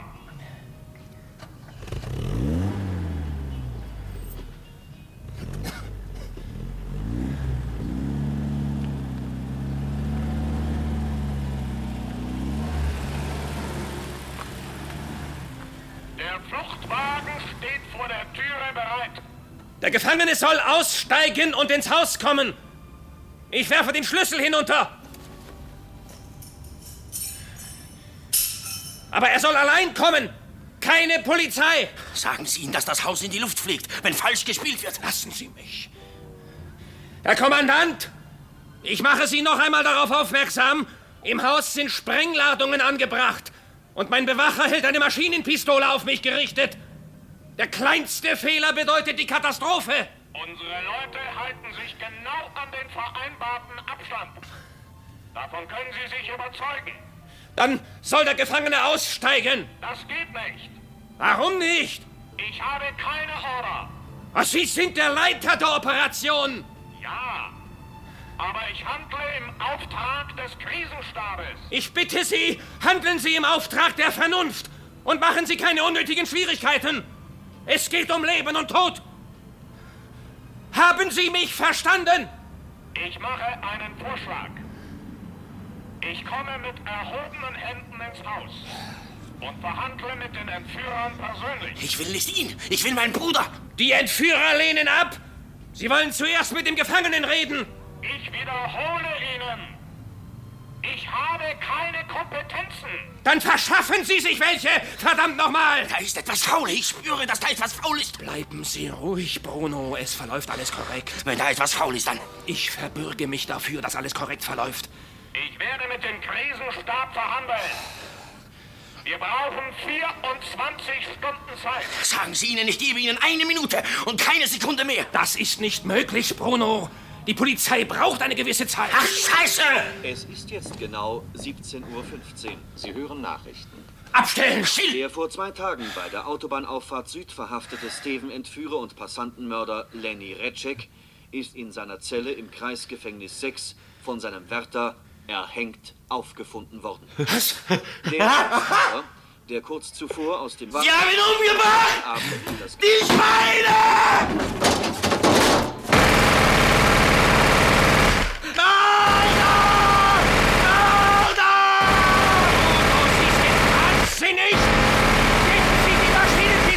Betrug! Alles Betrug! Bruno! Auch Sie, Steven! Aus! Aus! Aus! Aus! Bruno Recek! Bruno Recek! Hören Sie mich! Ihr habt meinen Bruder umgebracht, ihr Schweine! Bruno Recek! Lassen Sie die Geisel frei und ergeben Sie sich! Nein. Uns kriegt ihr nicht lebendig aus. Alles aus!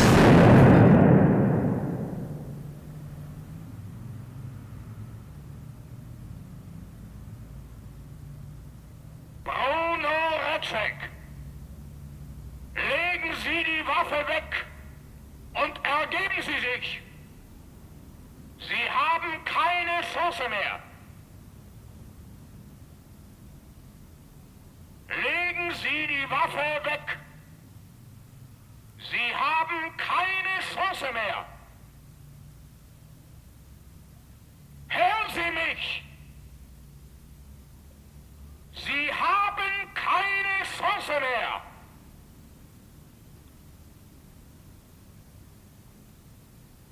Donnerstag, 15. April, 17:21 Uhr.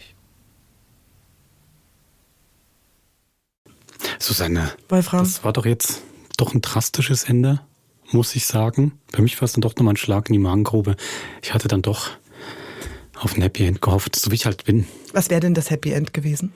Hey, ich finde trotzdem, dass die beiden idealistischen, revolutionären Brüder, dass die fliehen können. Dass alle Brüder wieder vereint sind und niemand sterben muss. Das wäre alle Brüder wieder frei. Das wäre jetzt mein Wunsch gewesen. Und alle sind zusammen in Anthonys Ferienhaus. Nein, aber vielleicht hat der Anthony dann doch angefangen, was zu verändern, zu versuchen in dem Unternehmen. Die anderen beiden hätten vielleicht auch noch darüber nachgedacht, ob jetzt Gewalt die richtige Lösung ist. Ich bin jetzt sehr idealistisch, aber nein. Ich finde, man hat ja doch die ganze Zeit über so viel Zeit dann doch mit den beiden verbracht, dass sie mir schon so ein bisschen ans Herz gewachsen sind, doch wie sie sich aneinander ans Herz gewachsen sind. Die jetzt einfach noch schön gefunden. Und es war ja nicht nur, ich rede einfach weiter, ne? Ja, ich warte. Also, es war ja das eine, schon dass der Bruder sich erhängt hat, was ich ja schlimm finde. Er versucht nochmal ihn dann reinzulegen von der Polizei. Du sagst, er hat sich erhängt? Ja, ich glaube jetzt nicht, dass man... Hat es nicht ertragen, dass er alles ausgeplaudert hat. Okay. Der war im Gefängnis, oder? Wo hat er sich erhängt? Also ich glaube nicht, dass da der im Gefängnis von der Justiz umgebracht worden sei. Also warum? Oder von der Organisation. Ja, genau, dass die jemanden eingeschleust haben. Ja gut, dann könnte es sein.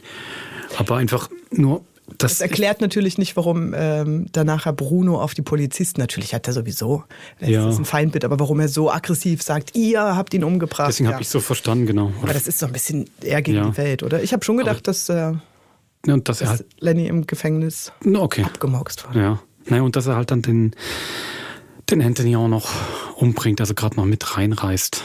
Es war ja doch davor schon ganz am Anfang das Thema, als Anthony auf Toilette gehen will, würde er jetzt wirklich auf ihn schießen, Bruno, ja oder nein? Und man hat dann schon gedacht, nein, das ist keiner, der jetzt wirklich Menschen umbringt. Ja, finde einfach tragisch. Tragischer Schluss. Ich meine eben, die Maschinenpistole bleibt immer nur zitiert. Das wäre natürlich was anderes gewesen, als Bedrohung permanent im Raum. Was anderes gewesen, ja, man will es ihm eigentlich nicht geben. Und am Schluss denkt man ja, da ist auch ein armes Tier. Also was so in die Ecke gedrängt ist, dass dieses Um sich schießen und töten eigentlich nur in dem Vorwissen des eigenen Todes noch passieren kann. So. Ich habe dich ein bisschen auf die falsche Spur gebracht mit dem Anthony. Der heißt natürlich, oder im Hörspiel, geschrieben ist er Anthony, aber im Hörspiel heißt er Anthony. Findest du die Namen nicht auch klug gewählt? Weißdeven und so, das klingt irgendwie so ein bisschen, klingt ein bisschen nordisch, aber ohne, dass man das so konkret verorten kann. Weil ich finde, das, was sie da verhandeln, behandeln sie ja auf einer sehr abstrakten und klar, sie wollen auch, der Autor will, glaube ich, auch zu konkreten Fallstricken oder diskutablen Feldern entgehen. Das fängt bei mir schon bei den Namen an. Das ist völlig recht. Man denkt zwischendurch, man ist in England oder in einem nordischen Land, aber jetzt nicht unbedingt in der Schweiz, wo der Autor ein Schweizer Kabarettist ist. Ja, guter Punkt. Bruno Rejcek, ja. Greift überall so ein bisschen was auf. Ja, es geht wahrscheinlich genau darum, dass man dann das, was man jetzt gerade wieder aus den Nachrichten damals gehört hat, wo vielleicht gab ja genügend Interventionen, zum Beispiel, kommt man jetzt ja wieder in der Zeitung lesen, Militärinterventionen der USA in lateinamerikanischen Staaten, wo es ja auch unter anderem um wirtschaftliche Interessen ging. Also da konnte man da wahrscheinlich immer gerade andocken, wo man wollte. Hast du denn, eben das ist jetzt ein Hörspiel aus den 70ern, die Mechanismen, die hier thematisiert werden, sind ja auch heute nicht ad acta gelegt oder sowas. Bei wem konntest du denn besser andocken in seiner Argumentation? Weil das passiert ja ganz viel. In den Szenen erzählen sie ja, der eine macht das gewieft, der Anthony macht das ein bisschen eloquenter als Bruno. Aber auf wessen Seite konntest du dich denn besser verorten? Oder wem konntest du besser folgen in seiner Argumentation? Nicht, dass es deine eigene Meinung ist, aber wer war für dich glaubwürdiger? Weil beim Bruno hat man ja schon manchmal auch das Gefühl, wir haben einen Eid geschworen, oder? Das hat so einen ganz starken Mitläufer-Tenor und dann aber an anderen Stellen auch wieder nicht, weil dieses totale Verleugnen von monetären Mitteln, die da fließen sollen. Und Anthony hat relativ schnell, gibt er das Unternehmens, Corporate Identity, ist nicht gleichgesetzt mit seinem eigenen Empfinden und trotzdem lebt und arbeitet er in diesen Strukturen. Wer hat denn seine Position besser vertreten? Ich finde eigentlich keiner von beiden. Sag mal, warum? Ich würde schon sagen, das, was der Autor da herausgearbeitet hat, ist ja schon ist eine Gleichsetzung am Schluss. Man redet ja auch immer wieder über Organisation, egal worum es nun gerade geht. Also ist ja die Gleichsetzung, ob du nun das ganz kleine Rad bist bei der aktivistischen Gruppe und dann schlussendlich vor die Hunde gehst oder dein Bruder, oder ob du eine sehr hohe Position hast, ein sehr komfortables Leben, wirst du trotzdem vor die Hunde geworfen, wenn nötig, oder dem Profit geopfert. Da finde ich, sind sie schlussendlich sehr gleich. Also da, wo ich wirklich gut mitgehen konnte, waren dann eben die Momente, wenn sie, mein Eindruck hat, sie wollten sich gar nicht unbedingt gegenseitig überzeugen, sondern sich auf eine Art helfen, eben wie zum Beispiel gegen Schluss, wenn dann Anthony dann ja mit dem Plan überlegt, wie man den Bruder da rausholen könnte. Also das war dann doch ein ehrliches Ansinnen, auf wie er mit der Polizei dann verhandelt, der dann da ist mit dem Polizisten. Das war ja kein Verrat gegenüber dem Bruno. Also ich glaube, da konnte ich eigentlich am besten mitgehen, wenn sie nicht mehr die Organisation vertreten haben, sondern sich selber, aber nicht im egoistischen Sinn. Sich selber und ihre Nächsten. Ja, Sie führen schon viele Gespräche für stellvertretend. Ja. Aber doch ist es dann so gut geschrieben, dass es durch diese Brüdergeschichten und die Zeit, die vergeht, die Entwicklung, was draußen passiert, doch immer wieder sehr persönlich angebunden und dadurch glaubhaft bleibt. Also ich finde gerade bei Bruno, wann er wie zu seiner Organisation steht, wie er mit Antoni durch die Zeit, die sie zusammen verbringen, zusammenwachsen, dann können sie eben auf der Oberfläche auch mal ein bisschen Diskurs führen. Ja. Das stimmt, ja. Ja, also eben, du hast schon gesagt, diese Konstellation mit den Brüdern so über Kreuz finde ich wirklich extrem clever. Einfach, aber einfach sehr gut. Es wird einem auch gar nicht so ins Gesicht geworfen. Es geht einem dann schon irgendwie auf, ja, stimmt, ich habe diese Spiegelung. Ja. Ja. Und die ist ja nicht komplett symmetrisch, aber... Überhaupt nicht. Ich meine, so wie Bruno an seinem Bruder hängt, ist ja der Bruder von Antoni... Also ein eiskaltes Aas, was Familienbande angeht. Obwohl er doch deutlich mehr Macht hat. Ja. Also er hätte ganz viel in seinen Händen. Genau, also das finde ich schon extrem clever. Und mit der Zeit hast du auch recht, das ist irgendwie spannend gemacht. Gefühlt ist man ja doch einfach 80, 90 Minuten nur bei diesen beiden, als ob es quasi alles in Echtzeit wäre. Quasi 90 Minuten von Entführung bis zur Polizei, die da kommt. Nenn es ruhig Tragödie. Tragödie, doch, bis zur Tragödie. Also das finde ich so sehr dieses Echtzeitgefühl. Ich bin wirklich bei den beiden in diesem engen Raum.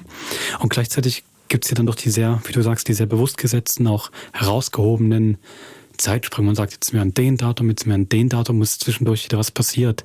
Und diese Kombi finde ich wirklich extrem clever. Man hätte ja auch Zeitsprünge machen können, dann schauen wir noch zur Polizei oder wir schauen mal noch zum Bruder oder wir schauen zur Organisation. Das alles geschieht ja nicht. Wir bleiben doch, die Einheit des Ortes sozusagen, die ist total gewahrt. Mir fiel es auch ganz schwer, diese Zeitansagen irgendwie einzuordnen oder denen eine Bedeutung zu geben. Das war für mich klar, dass es dadurch kriegt irgendwie sowas Protokollarisches. Aber dass ich jetzt wirklich sehe, es sind jetzt 16 Stunden vergangen oder wir sind mitten in der Nacht, das war eher so ein bisschen auferzwungen, dass ich mir sage, Susanne, hör genau hin. Aber ich hätte das eigentlich, so wie du es beschreibst, nicht brauchen können, sondern diese Breaks in dieser reduzierten Inszenierung machen für mich den Zeitsprung eigentlich deutlich und vor allen Dingen, wie sie danach miteinander umgehen oder solche Sätze wie, ich habe keine Kippen mehr oder sowas, das reicht dann eigentlich schon. Ja, genau, das macht's. Ist natürlich auch trotzdem formal interessant, dass es dann mit der letzten Zeitangabe auch wieder aufhört. Das ist schon auch spannend. Das fand ich dann wieder stark, das stimmt. Das war dann sehr trocken und das ist dann wieder so weg vom Schicksal, einfach nur manifestiert. Ich wollte nur sagen, dass dieser Streit zwischen den beiden, diese unterschiedlichen Positionen, die vertreten, beim Antoni fand ich halt, der hat ja seine Biografie so erzählt, wie er als Junge war und sowas. Und dann dachte ich, jetzt muss aber die fiese Kapitalisten da irgendwie noch stärker rauskommen. Der ist mir dann eigentlich zu straight geblieben in seinem Verständnis für Bruno und dann eben in diesem sich eigentlich auf seine Seite stellen, zu sagen, für euch das Beste. Für mich ist egal. Der hätte ich so in einem Krimi gedacht, es gibt vielleicht noch einen Charaktertwist. Das ist aber vielleicht die Überraschung, dass es keine Überraschung gibt, oder? Vielleicht, ja. So, dass sogar bis zum Ende so straight bleibt. Ja. Und bei Bruno weiß ich nicht, wie es dir geht, aber ich fand das so, das ist ja nur ein älterer Mann für mich. Und dann so einen Idealisten zu haben. Den finde ich finde den Warum nicht? Ich finde, für mich klingt der alt. Ich sehe immer Ernst Thälmann vor mir. Oder das war für mich so eine Einordnung irgendwie. Nee, für mich wirkt der nicht ernst, aber einfach wie einer, der mehr mit dem Leben zu tragen hat. Also klar hat jetzt der Antoni jetzt vielleicht persönlich auch nicht einfach, aber rundherum war ja dann doch alles sehr komfortabel und sanft und weich und vorgespurt.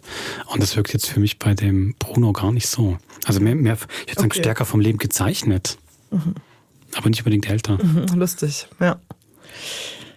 Ich möchte nur noch hervorheben, wenn du nicht noch eine Anekdote oder was anderes hast. Das Radio, Wolfram. Das ja nun eigentlich die einzige Musik im Hörspiel ist quasi szenisch und auch begründet. Da dudelt halt immer was im Hintergrund, weil man die Nachrichten nicht verpassen will. Aber es ergeben sich ganz tolle Diskrepanzen zwischen dem, was vorne passiert, wenn jemand angekettet wird. Und im Hintergrund hast du so die seichte Unterhaltungsmusik. Ganz einfach, aber ganz wunderbar. Ja, das fand ich wirklich gut gewählt. Das stimmt. Herr Robert Bichler, Regie, gute Idee. Chapeau. Sag mal, das ist doch nun eigentlich ein Paradebeispiel als Hörspiel fürs Stockholm-Syndrom. Finde ich nicht. Deswegen hat man uns das angemerkt, dass das einstudiert war. Warum findest du das nicht? Nee, also Stockholm-Syndrom würde ja so landläufig, jetzt kann es nicht die wissenschaftliche Bedeutung, würde man ja sagen, okay, du bist entführt und aus dieser krassen Extremsituationen fängst du an, dich zu identifizieren oder überidentifizieren mit deinen Entführern, ihre Ziele zu übernehmen. Also wir sind noch 1:1 aber, im Hörspiel, okay. Aber da würde man ja sagen, das macht man nur wegen der Situation und so nehme ich dann den Anthony nicht wahr. Ich glaube, für den ist es wirklich ein Break in seinem bisherigen Leben, eine Konfrontation mit einem anderen Menschen. Klar, durch eine besondere Situation, einen besonderen Katalysator macht schon einen Unterschied, ob du jetzt an den Radiator festgemacht wirst oder nicht, ob die Maschinenpistole vor dir ist die ganze Zeit. Nee, aber ich glaube, ich finde, der macht da wirklich einen Wandel durch in der Haltung anderen Menschen gegenüber der Welt und nicht einfach nur, das hört nicht sofort auf. Er ist jetzt leider tot, aber auch sonst hätte es nicht sofort aufgehört. Deswegen finde ich es kein Stockholm-Syndrom. Was zu beweisen wäre, ich bitte alle Leute, die sich auskennen zu diesem Thema, uns doch zu helfen in diesem Gegensatz. Ich meine, wann war quasi es war ein Banküberfall, oder? In Stockholm, der überhaupt ich meine, er war 73. Das ist vielleicht auch das gesellschaftlich aktuelle Problem, was am Anfang in der Anmoderation angesprochen wird. Deswegen, für mich ist das ganz klar. Und weil wir eben nur den Ausschnitt in dieser alten Villa im Zimmer haben, ein Stockholm-Syndrom. Naja. Wie auch immer. Es gibt auf jeden Fall Stockholm-Syndrom. Was ich aber nicht wusste, dass es noch ein paar andere Städte gibt, die so ihre Syndrome haben. Du kennst natürlich. Ich strecke auf. Nein, eins kenne ich gut, weil ich da immer ein halbes Jahr studiert habe. Florenz hat bestimmt ein eigenes. Stendhal-Syndrom. Was ist das Stendhal-Syndrom? Man sagt sich, dass Stendhal, der französische Schriftsteller, Rot und Schwarz auf Deutsch, dass der bei seinem Florenzaufenthalt so überwältigt worden ist von der ganzen Kunst, die man da sieht, aus Renaissance bis zu den Römern zurück und alles, was man da findet, in Offizien zum Beispiel, dass ihn das einfach krank gemacht hat. Es hat ihn wirklich aus den Socken, also richtig aus den Socken gehauen. Schwindel, hat sich so klein gefühlt, künstlerisch und menschlich, hat ihn wirklich völlig überfordert. Schade, ich hatte mir was ganz anderes vorgestellt. Nee, als du gesagt hast, das heißt Stendhal-Syndrom, da erwartet man doch. Auf einmal geht die Fantasie hoch. Nee, im Gegenteil, es war einfach totale ästhetische Reizüberflutung und der arme Mann dachte, er könne nie wieder was schreiben. So ungefähr so. Also dann überlegt euch, ob ihr wirklich nachlesen wollt, was das Havanna-Syndrom oder Paris-Syndrom ist, aber wir könnten ja den Artikel, wo SRF das aufgelistet hat, mal verlinken. Und da sind auch 2 Audios drin, unter anderem auch zum Stockholm-Syndrom. Da wird es ja nochmal richtig erklärt. Havanna ist auch was ein bisschen Kriminalistisches, ne? Aber das könnt ihr nachlesen, genau. Gut, dann hören wir uns nächste Woche wieder. Sehr gerne. Bis zum nächsten Mod. Macht's gut.